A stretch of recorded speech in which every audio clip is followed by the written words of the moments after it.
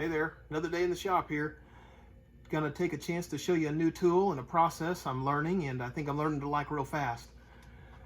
So time to change the coolant in this bus, and as you can see, it's not very easy access to the radiator fill up here in the top corner of this engine compartment.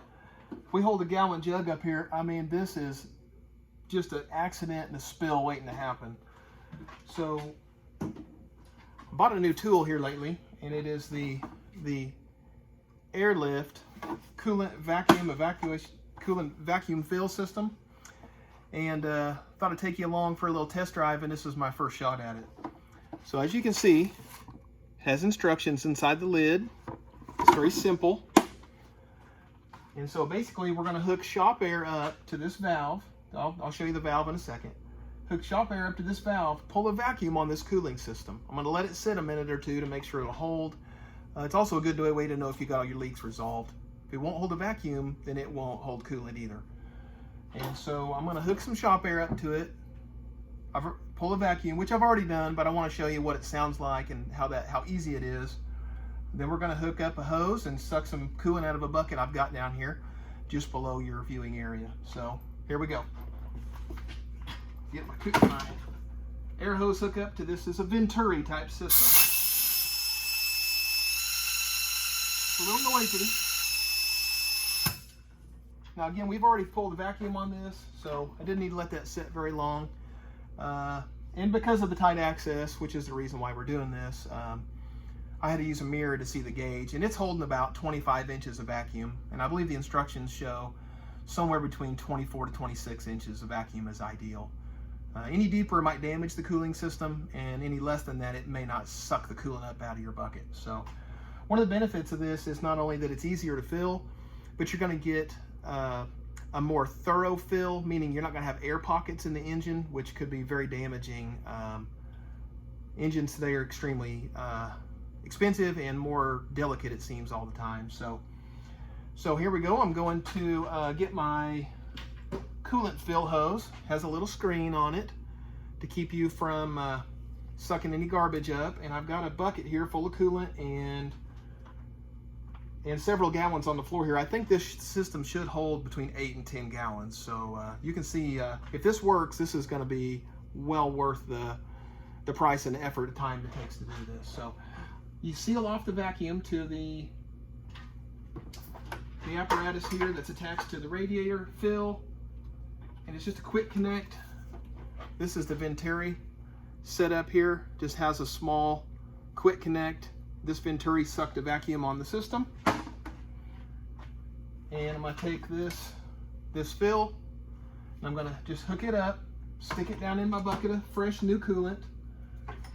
It's good 50-50 mix Fleet Guard diesel grade coolant, and so we should see it start sucking that up just straight away here. So open the valve, coolant sucking in. Awesome. I think I'm happy about this already. Now make sure I keep my bucket full. If I let the bucket run dry, then it's going to suck a bunch of air back up in the cooling system, which is not what we want.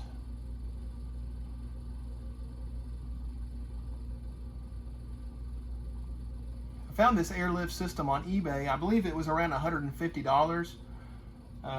Airlift, of course, is just a brand. I don't know who makes it. I've seen Snap-on and all the other major tool companies are going to make.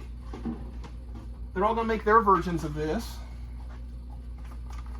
Now I can tell I've got coolant flow because I can see it through the clear hose, which is really handy. Plus I can hear the coolant sucking into the system. Here are the components of the airlift vacuum system. Right here we've got the fill hose, again the screen, a ball valve for you to control the coolant flow, the Venturi system. This air is just exhausted shop air. This has got you have to put your own shop air connector on there. Then we've got here the instructions inside the lid. That'd be very helpful. I did find it to be pretty intuitive. In fact, I didn't even read the instructions. But so we've got this. This is your gauge where you can read your ultimate vacuum level in the system. And it tells you to be careful with this. You know, all gauges are somewhat delicate. And so this bottom half is a compression fitting. You just rotate this nut down, compresses this into the radiator fill. There are quite a few adapters here for different radiator fills, different sizes, probably imports in cars, trucks, buses. I'm imagining you can probably make this fit just about anything you needed to. So that's the entire kit. Okay, so looks like our system's pretty well full. Just happens to be that the vacuum level has dropped in the tool about the time we got the system full. So I don't know if that's typical or not, but I think I can always run it. We'll obviously have to double check the ultimate fill level after it's run and warmed up and the thermostat is cycled. So thanks for coming along with me here, and I hope that if you get a chance to maybe pick one of these up, an airlift or a coolant fill system, vacuum coolant fill, some of them are called. They have some, I believe Snap-on makes one that's a little different that'll actually pull a vacuum on the system and even allow you to change radiator hoses without losing any coolant by sucking the coolant up into the coolant reservoir. It's that's pretty cool. That's a major time and a mess and a material saver. So if you're doing a lot of work like this, I think it'd definitely be worth your while. And so if you get a chance, click that like and subscribe, comment. I'll try to respond if I can.